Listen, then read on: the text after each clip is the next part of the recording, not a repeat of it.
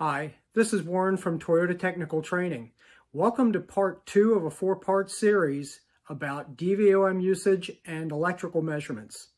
Today's topic will be how to take measurements of voltage drop. So another type of voltage measurement that we can do, and we don't do it enough in our field, it's called voltage drop. Many technicians are a little bit hesitant to use it. We don't practice it enough, but it can be a really strong diagnostic aid to us. So unlike chasing available voltage or checking available voltage, I now take my black lead and my power lead or my hot lead, and I want to put those around something in a circuit to make a judgment.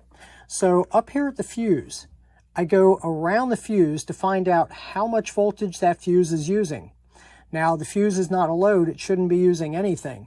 And here I've got a reading of about 0.02 volts.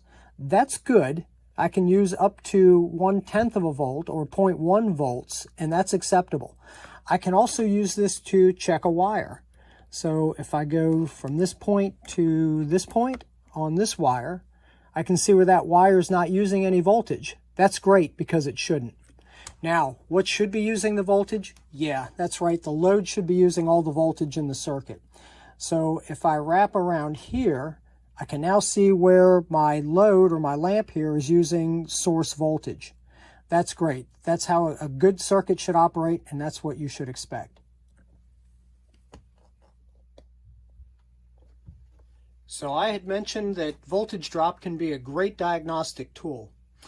Here's a typical scenario.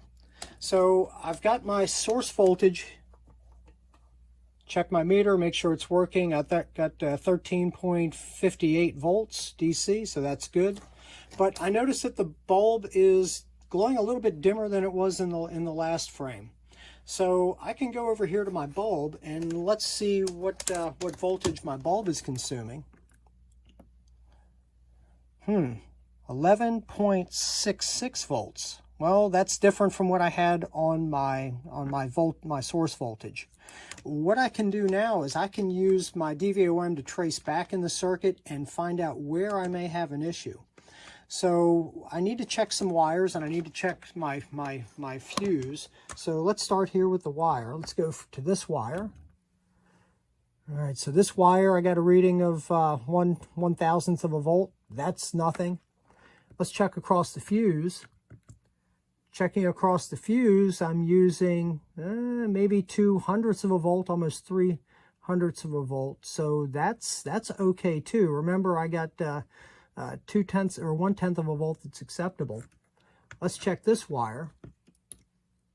That wire is good. That's doing what it should. Let's go ahead and trace the circuit back to my power source now. So I'm going to go here to my power source. Okay, so I've got a reading where I'm consuming in that circuit someplace 1.8 volts, almost 2 volts are lost. Well, that's certainly enough to make that bulb glow dimmer than it ordinarily would. So that's a good way to trace out and find out where in your circuit you have high resistance. Maybe a mouse has gotten into a wire and nibbled a little bit off. You have some corrosion. The wire's been pulled or stretched or otherwise damaged. So this is how you would use voltage drop for diagnosis. Okay, so you guys learned about voltage drop in this video. Hopefully you get out there and learn to fix something.